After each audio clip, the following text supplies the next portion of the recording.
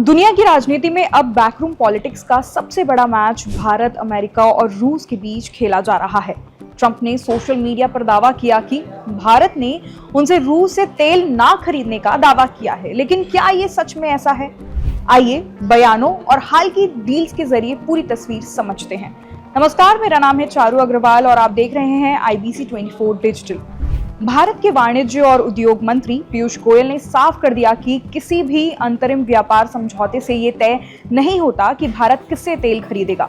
उन्होंने कहा कि घरेलू खरीदार अपनी जरूरत के हिसाब से निर्णय लेते हैं। मतलब भारत की ऊर्जा सुरक्षा और 140 करोड़ लोगों का पेट भरना किसी कागजी समझौते से ऊपर है। सुनिए उन्होंने क्या कुछ कहा।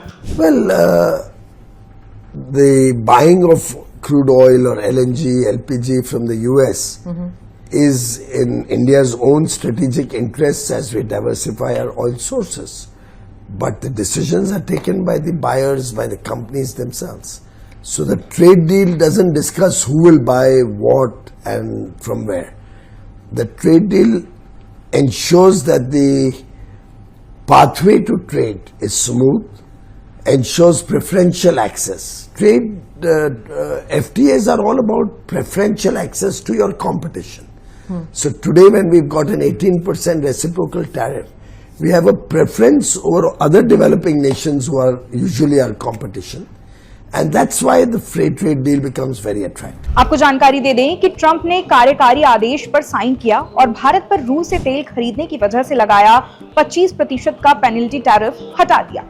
लेकिन इसके साथ शर्त है कि अमेरिकी वाणिज्य सचिव ये मॉनिटर करेंगे कि भारत रूस से तेल खरीद रहा है या नहीं। ये एक तरह का दबाव और निगरानी है, लेकिन भारत ने साफ कर दिया कि वो अपने हित के हिसाब से निर्णय लेगा। भारत अब वेनेजुएला से भी क्रूड ऑयल खरीद रहा है। इंडियन ऑयल कॉर्प और हिंदुस्तान पेट्रोलियम ने मिलकर 2 मिलियन बैरल क्रूड ऑयल खरीदा है। ये तेल अप्रैल के दूसरे हाफ में भारत के पूर्वी तट पर पहुंचेगा।